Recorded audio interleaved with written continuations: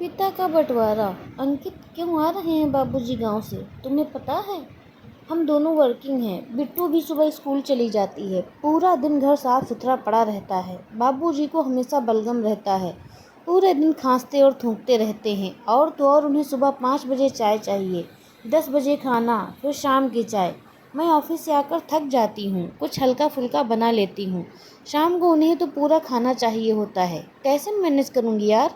पिछली बार तो मम्मी जी भी आई थी तो उन्होंने सारा काम संभाल लिया था, पर अब मम्मी जी के जाने के बाद मुझसे अकेले किसी की सेवा नहीं होगी। सुन रहे हो या बहरे हो गए हो अंकित? रीना उसकी पत्नी झल्लाते हुए बोली। अंकित, तो क्या चाहती हो? मैं बाबूजी को मना कर दूं कि मत आइए? आपकी बहू मना कर रही है। वह आपको 2 रोटी भी नहीं खिला सकती। तभी बिट्टू कमरे से आंखें मलती हुई बाहर आई। क्या कहा आपने? पापा, दादू आ रहे हैं? अरे वाह, मैं दादू को बहुत मिस कर रही थी। अब तो दादी भी भगवान के पास चली गई। दादू बहुत रोते हैं मम्मा। मैंने फ़ोन पर बात की थी उनसे। मैंने दादू से कहा था कि मुझे उनकी याद आ रही है, तभी आ रहे हैं। मेरी हर बात मानते हैं दादू। अब खूब मस्ती करूंगी उनके साथ। आप तो रहती नहीं हैं घर में। मैं स्कूल से आकर बोर हो जाती हूँ। मम्मा, मैं खेलने जा रही हूँ पार्क में। सबको बताऊंगी मेरे प्यारे प्यारे दादू आ रहे हैं। यह कहती हुई बिट्टू बाहर चली गई। अंकित, देख रही हो रीना कितनी खुश है? बिट्टू, अरे कितना जीवन होता है बड़े बूढ़ों का। वह खुश रहती है अपने दादू के साथ, और बाबूजी भी माँ को ज़्यादा याद करके परेशान नहीं होंगे। वैसे भी वो ज़्यादा दिन तो रुकते नहीं, उन्हें गांव की याद आने लगती है, चले जाएंगे। रीना, करना तो सब मुझे पड़ता है, तुम दोनों को तो कुछ करना नहीं पड़ता, इसीलिए ऐसे बोल रहे हो। मेरी लाइफ तो बिल्कुल चक्कर घिन्नी सी हो जाएगी। अब आ रहे हैं तो आने दो, और मीरा काम वाली को फिर बुला लेना। और ज़्यादा दिन रुके तो मैं मम्मी के पास चली जाऊंगी बिट्टू को लेकर, वहीं से ऑफिस चली जाया करूंगी। तुम दोनों बाप बेटा आराम से रहना। अंकित ने कहा। ठीक है, आने तो दो यार उन्हें पहले, अभी से ही दिमाग खराब कर रही हूँ। अंकित निर्धारित समय पर बाबूजी को ले आया।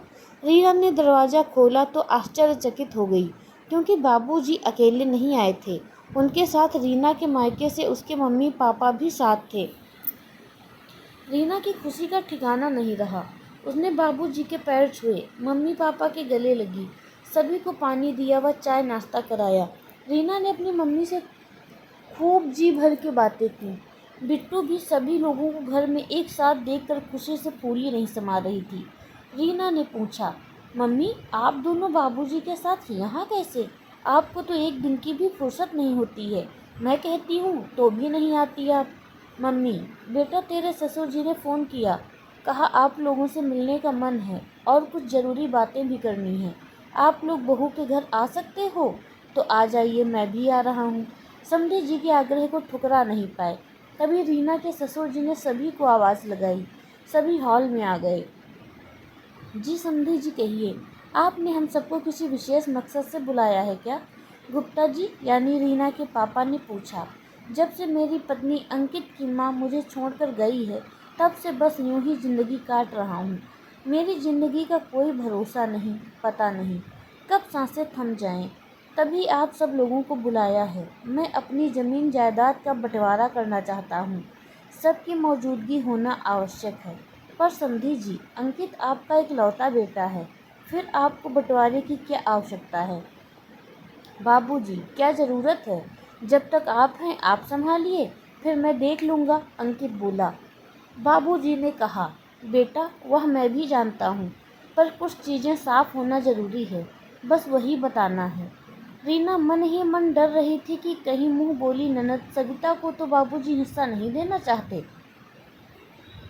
बाबूजी ने कहा, बात यह है बेटा, किसी के जीवन का कोई भरोसा नहीं। पति पत्नी में कौन पहले दुनिया से विदा हो जाए पता नहीं।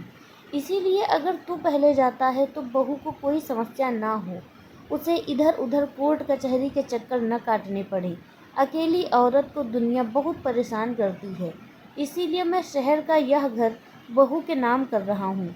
गांव का जो घर है वह तेरे नाम, और तुम दोनों को इस कागज़ पर भी साइन करने हैं।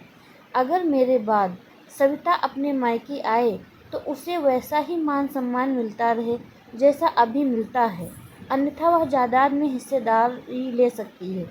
बताओ, तुम दोनों को मेरा फैसला मंजूर है या नहीं? रीना, जो अपने ससुर जी को गलत समझती थी, आज उनके फैसले को सुनकर अवाक रह गई कि कोई ससुर बहू और उसके भविष्य के लिए इस कदर भी सोच सकता है। रीना आंखों में आंसू लिए ससुर जी के पैरों में गिर पड़ी, बोली, बाबूजी आप निश्चिंत रहिए, दीदी के मान सम्मान में कभी कोई कमी नहीं आएगी। अगर आप यह बात नहीं भी कहते तो भी हम उनके मान सम्मान में कोई कमी नहीं आने देते। अब आप कहीं नहीं जाएंगे, बिट्टू और हमारे साथ रहेंगे हमेशा। अंकित ने भी रीना की बात का समर्थन किया।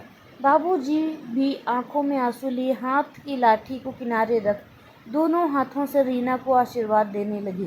कांपती आवाज़ में बोले, सदा सुहागन रहो बहू। समधी समधन भी यह दृश्य देख भावुक हो गए।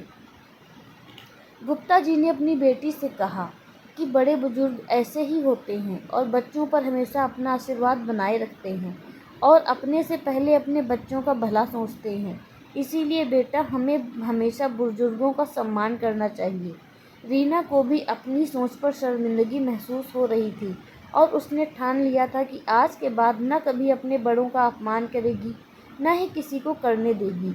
यह कहानी आपको कैसी लगी हमें कमेंट करके ज़रूर बताएं। मिलते हैं अपनी अगली कहानी में, तब तक के लिए धन्यवाद। कहानी अच्छी लगे तो वीडियो को लाइक शेयर सब्सक्राइब ज़रूर करें। धन्यवाद।